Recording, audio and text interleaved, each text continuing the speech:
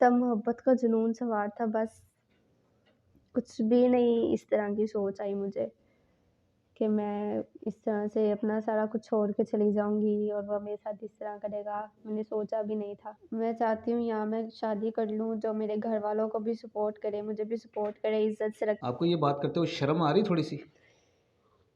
शर्मिंदा हूँ मैं बहुत अपने किए पे। धोखा दिया उसने मुझे, मेरे घरवालों की नज़रों में मुझे गिराया, मेरे ख़ानदान वालों की नज़रों में मुझे गिराया। अफ़सोस है मुझे बहुत इस चीज़ का। आपको लगता है कि जो आपने किया है इसके बावजूद भी कोई आपको मिल जाएगा जो आपको इज़्ज़त के साथ ले जाएगा? अल्लाह पे उम्मीद करती हूँ, इंसानों से तो कोई उम्मीद नहीं है, प्यार मोहब्बत कुछ भी नहीं होता।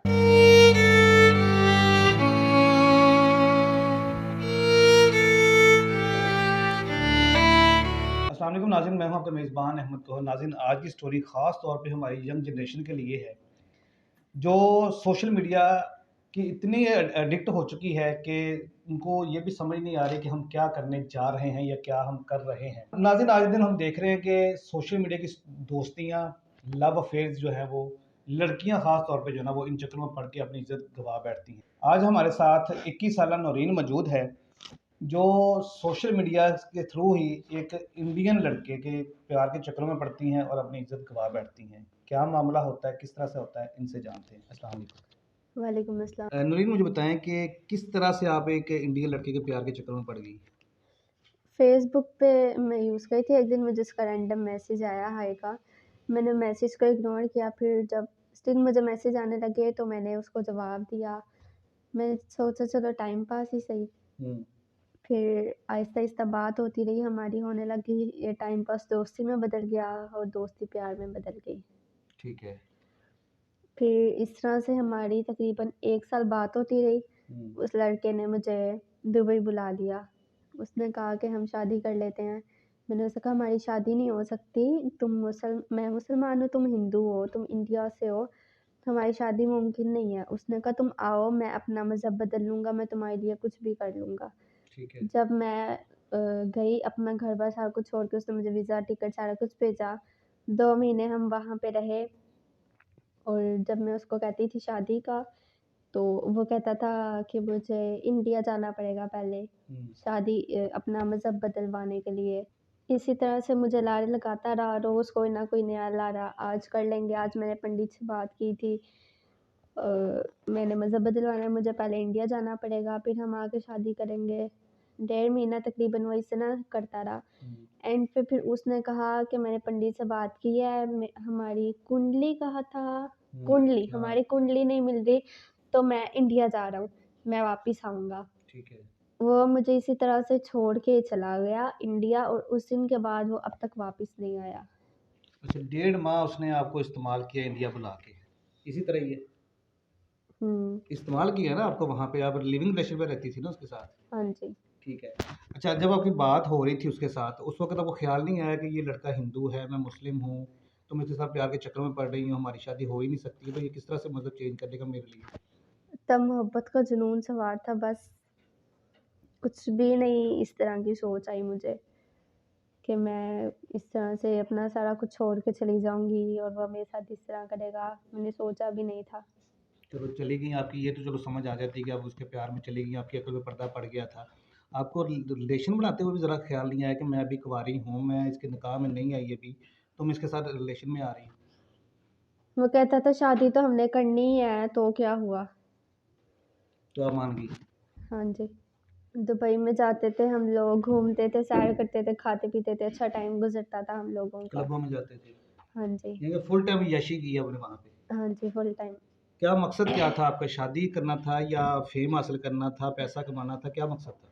मैं तो उससे निकाह करने की नीयत से गई थी ना यहाँ से कि जाके शादी करूँगी, मैं अपनी लाइफ़ सेट कर लूँगी। शादी तो आप यहाँ पे भी कर सकती थी, बेशुमार लड़के हैं पाकिस्तान में। लेकिन प्यार हो गया था ना उससे। बिना देखे प्यार हो गया था? देखा था उसको, वीडियो कॉल पे भी बात होती थी हमारी। ठीक है। किस टाइप की बातें होती थी जब उसने बुलाना था आपको? क्या ऐसी बातें उसने की? किस तरह से आपको मोटिवेट किया कि आप दुबई चली गई उसको घर वालों को छोड़ के? कि मैं तुमसे प्यार करता हूँ, मैं तुम्हारे बिना रह नहीं सकता, आ जाओ हम शादी कर लेंगे। ये तो कॉमन डायलॉग है ना, जो तो जब भी कोई लड़का किसी लड़की के प्यार में पड़ता है या किसी लड़की को पटाना होता है उसने, तो यही बोलता है कि मैं तुम्हारे बगैर मर जाऊँगा, मैं तुम्हारे लिए सब कुछ छोड़ दूँगा, ये कर दूँगा, वो। ये तो हर लड़का बोलता है। ऐसी क्या ख़ास तासीर थी उसकी बातों में जो आप सारा कुछ छोड़ के चली गई? तो मैं भी उसकी इन्हीं बातों पे मर मिटी थी कि बस अब मेरा सारा कुछ यही है और मैं अपने घर वालों को छोड़ के उसके लिए चली गई यहाँ से। आपको ज़रा ख़्याल नहीं आया कि आपका बाप भी नहीं है, माँ घर पे है, छोटा भाई है, उनका क्या होगा? उनका कौन वारिस बनेगा? नहीं, मुझे किसी का ख़्याल नहीं आया। शर्म आ रही है बात करते हुए थोड़ी-सी? मैं शर्मिंदा हूँ इस बात पे। आपको ये बात करते हुए शर्म आ रही थोड़ी-सी? शर्मिंदा हूँ मैं बहुत अपने किए पे। धोखा दिया उसने मुझे, मेरे घर वालों की नज़रों में मुझे गिराया, मेरे ख़ानदान वालों की नज़रों में मुझे गिराया। अफ़सोस है मुझे बहुत इस चीज़ का। मैंने सोचा था कभी कभी? भी नहीं सोचा था कि वो मुझे इस तरह से धोखा दे देगा। वापस कैसे पहुँची हैं और घर से क्यों निकली हैं आप? वापस मैं 2 महीने का मेरा वीज़ा था, ठीक है। वो पूरा हुआ तो मैं पाकिस्तान आई हूँ। और जब मैं घर आई तो मेरी माँ मुझे देख के खुश हुई, उनको दुःख भी हुआ बहुत ज़्यादा कि मैं उनके पास वापस आई हूँ और मेरी गलती पे उनको दुःख था बहुत ज़्यादा। हुँ, जब 3-4 दिन मैं अपने घर रही हूँ तो हम जॉइंट फैमिली में रहते हैं। ठीक है। ख़ानदान वालों ने ताने देने शुरू कर दिए कि 2 महीने रह गई है, पता नहीं क्या किया होगा इसने, कहाँ थी, किसके साथ थी, मोहल्ले वालों के ताने। तो मैं अपनी फैमिली को लेके सेपरेट हो गई थी। मेरा एक छोटा भाई है और एक मेरी मामा है। ये कितना अरसा हो गया आपको सेपरेट हुए हुए? मैं 3 महीने हो गए हैं। 3 माह हो चुके हैं। और इन 3 महीनों में कभी उससे शायद दोबारा राब्ता हुआ, कोई कॉल वगैरह आई है उसकी? नहीं, एक भी कॉल नहीं आई। आपने भी कोशिश नहीं की? मैंने किया बहुत कोशिश उससे राब्ता करने की, लेकिन कुछ अता पता नहीं है कि वो किधर है। नाम क्या था उसका? प्रकाश। प्रकाश नाम था। इंडिया का था? जी, इंडिया का था। किस शहर से था, आपको बताया था उसने? मुंबई से कहता था कि मैं हूँ।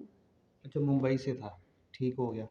तो अभी आप सेपरेट रह रही हैं अपनी माँ के साथ, ज़्यादा घर में रह रही हैं? हाँ, हम अलग घर में रह रहे हैं। तो घर का गुज़ारा किस तरह से हो रहा है? सर्कल किस तरह से चल रहा है?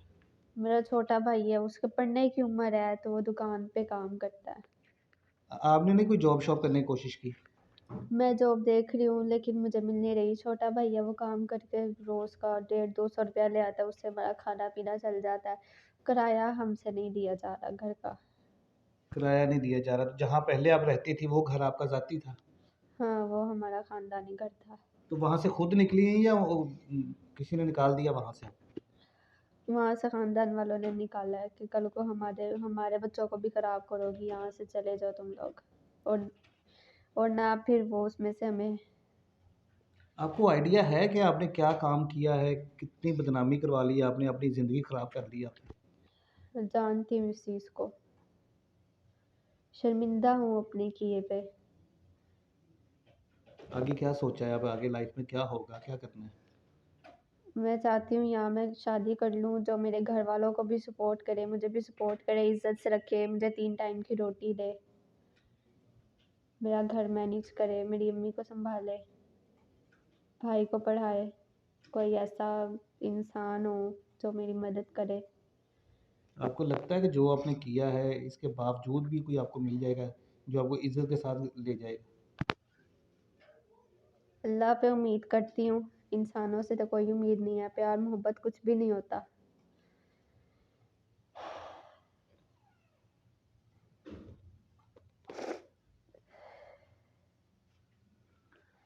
नाज़रीन, गुफ्तगू आपने अभी मुलाज़ा की है।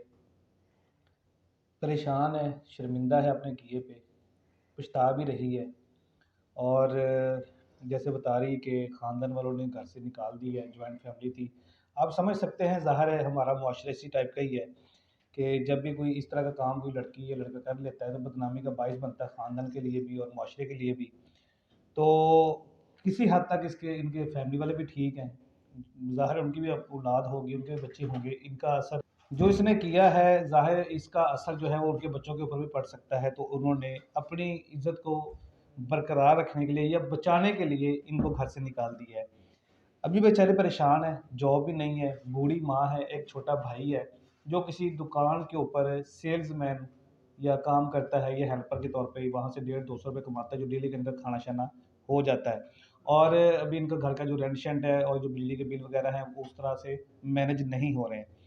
अब सबसे गुज़ारिश है कि बच्ची है बेचारी, गलती हो गई है इससे, पछता भी रही है, लेकिन हमने इनको तन्हा नहीं छोड़ना है। इसको हर हाल में हमने हेल्प करनी है, मदद करनी है किसी भी तरीके से, ताकि ये फिर किसी और गलत हाथों में ना चली जाए और अपनी ज़िंदगी जो है वो मज़ीद बर्बाद ना कर दे। इनका नंबर आपकी स्क्रीन पे आ रहा है, आप इनसे राब्ता कर सकते हैं। इजाज़त दीजिए, अल्लाह ने